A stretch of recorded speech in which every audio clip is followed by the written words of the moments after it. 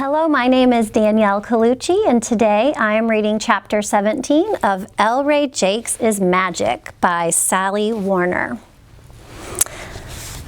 The title of the chapter is An Extra Special Day.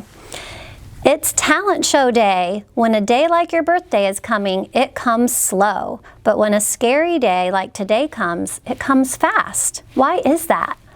I decided to perform the magic flower pot and the jumbo change bag illusions, and Dad helped me practice each of them for a long time last night.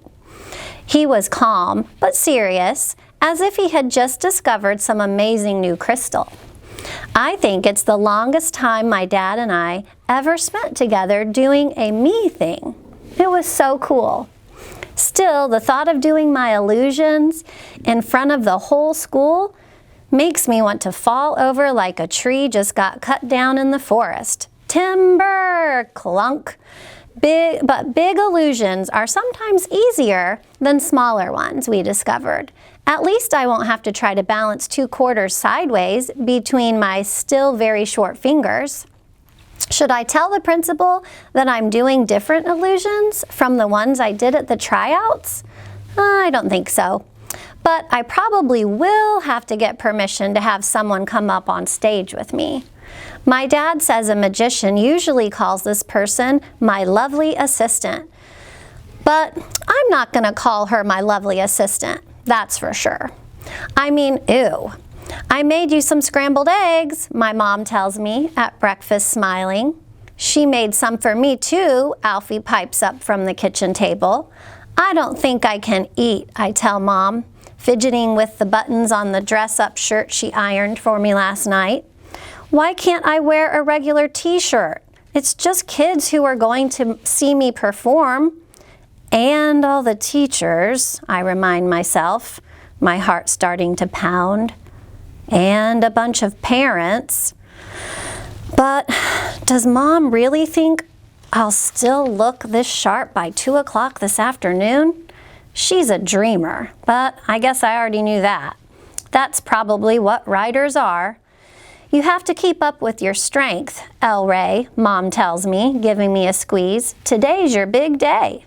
Don't remind me, I beg. Today's my big day too, Alfie says, since she hates being left out of anything. I'm just as much a person as Ellray, Mom, she continues. We both come up to here, don't we? She says, patting the top of her head. Alfie can say these really goofy things and still make sense in a way. It's her gift, my dad sometimes tells Mom and me. You're right, honey bun, my mom says, laughing, but each of us gets an extra special day every so often, and this one is Ellray's. And the rest of us will help celebrate it. That's what families do. Mom, I say, can't she change the subject? I choke down a bite or 2 of scrambled eggs and then mess up the rest so it looks like I've eaten more.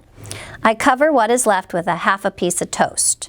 She means I'm coming to the talent show too, Alfie informs me, her mouth full of eggs. You are? Because it's really not that big a deal, I say. Alfie at the talent show. Anything could happen. And I'm coming to the wedding shower too, Alfie says, because Mom is on the committee and there's gonna be cake with frosting roses. Frosting roses. Huh? I say. But the truth is, I don't mind Alfie coming to the talent show or the wedding shower. Some kids in my class already know her, and I kind of like showing her off. That's how cute she is. But like I said before, don't tell her. I just wish the talent show and the party weren't happening on the same day. Why can't life spread things out better? Most days are so boring. Your dad's giving you his old briefcase for your magic supplies, Mom says as I get up from the table. It's at the bottom of the stairs. He had to leave early this morning to get some work done so he could join Alfie and me later on at school. Huh? I say again. I think my brain is stuck. But it'll be pretty cool carrying a briefcase full of magic to school. If only I didn't have to do anything this afternoon. If only we could cut straight to the cake. And now, I hear the principal say into a microphone at 2 o'clock that afternoon, I welcome you all on this lovely April day to Oak Glen Primary School's talent show. Yay, the audience roars, and the performers, who are all backstage, look at each other. Our eyes are wide with either excitement or fright. I wish Corey and his freckles were here, but he had to leave just after lunch.